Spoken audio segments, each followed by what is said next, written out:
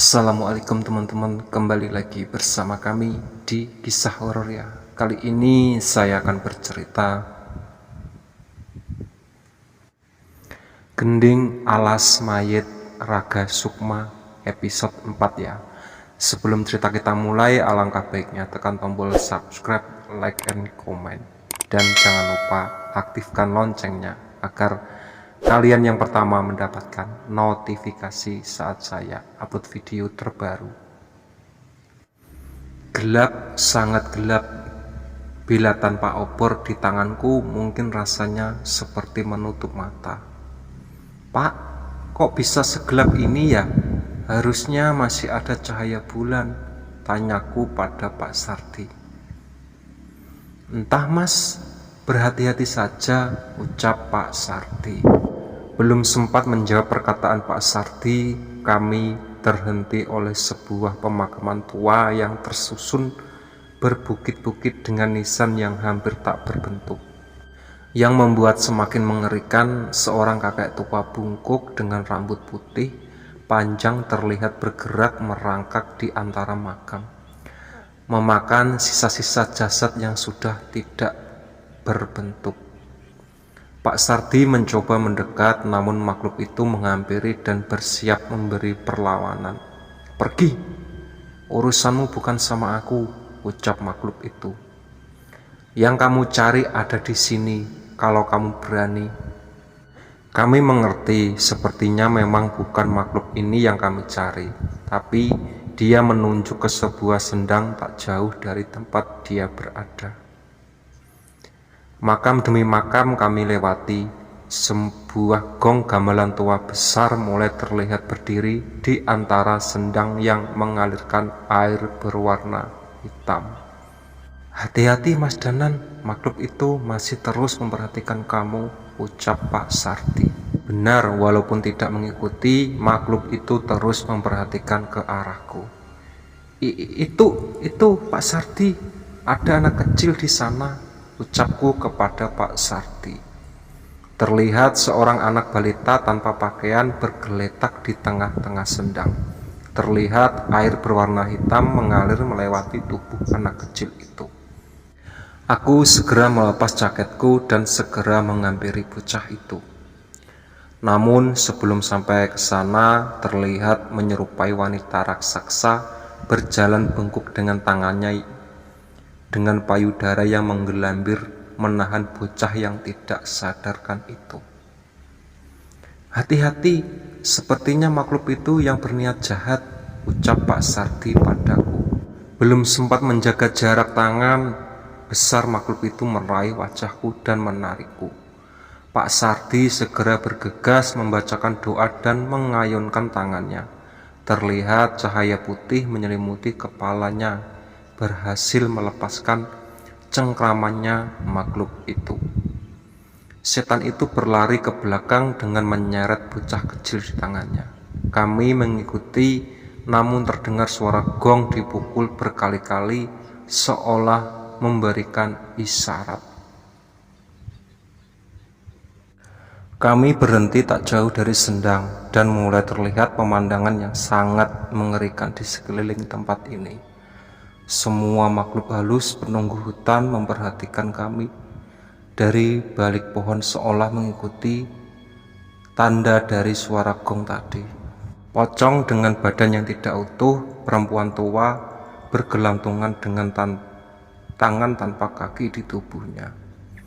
Sepertinya mereka korban-korban pembantaian di zaman dulu. Mungkin saja jasad dan keberadaan mereka yang membuat air di sendang tadi menjadi hitam pekat. Aku gentar, begitu juga dengan Pak Sardi. Dendam makhluk-makhluk itu terlalu kuat. Ini yang aku takutkan, Pak. Anak itu hanya pancingan agar banyak warga masuk ke sini menjadi tumbal mereka, ucapku dengan gemetar.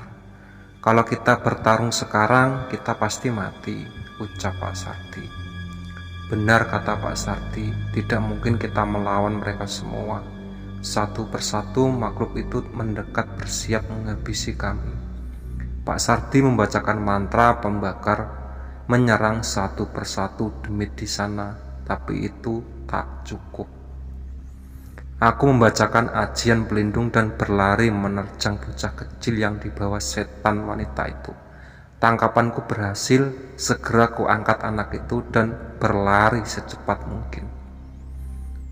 Namun tidak lama pukulan besar menghantamku dari belakang.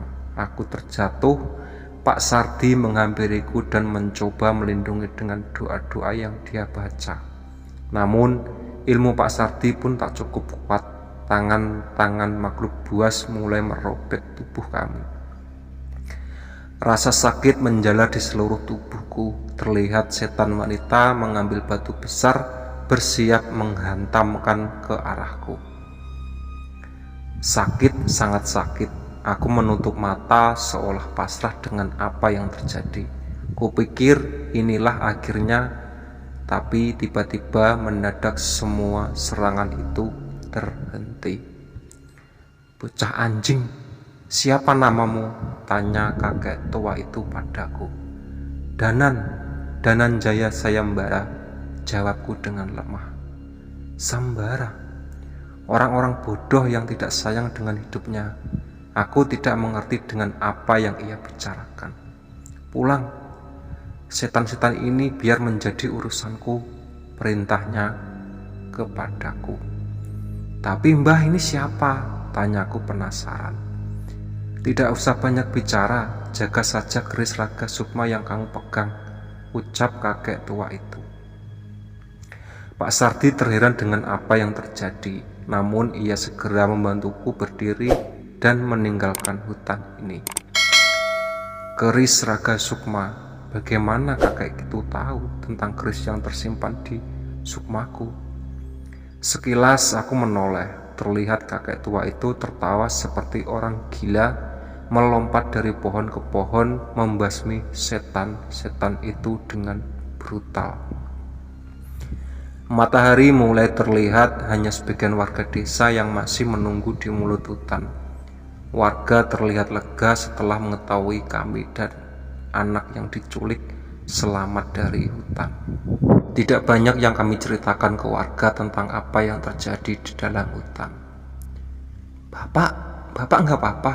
tanya seorang anak wanita yang berlari menghampiri Pak Sardi. "Nggak apa-apa Sekar, cuma luka sedikit," jawabnya dengan melemparkan senyum pada anaknya itu. Walaupun aku tahu luka Pak Sardi cukup serius. Aku memutuskan untuk istirahat semalam lagi dan pulang besoknya. Barang dan perlengkapanku sudah siap. Terlihat beberapa warga sudah siap mengantarku ke kota. "Pak Sardi, Pak Kades, saya izin pamit dulu ya. Maaf sudah merepotkan," ucapku berpamitan. "Mas Danan, terima kasih sudah membantu warga di sini. Sering-sering mampir ya," ucap Pak Kades. "Iya Pak, semoga saya bisa mampir ke sini lagi. Toh saya masih ingin mendaki ke puncak Merapi," balasku. Ingatanku kembali teringat akan hutan dan sendang dengan air yang begitu hitam. Cepat atau lambat, tempat itu pasti akan menjadi bencana untuk desa atau bahkan lebih besar lagi. Aku berpamitan dan meninggalkan desa terpencil di lereng kaki Gunung Merapi yang menyimpan banyak misteri ini, Desa Winduwalit.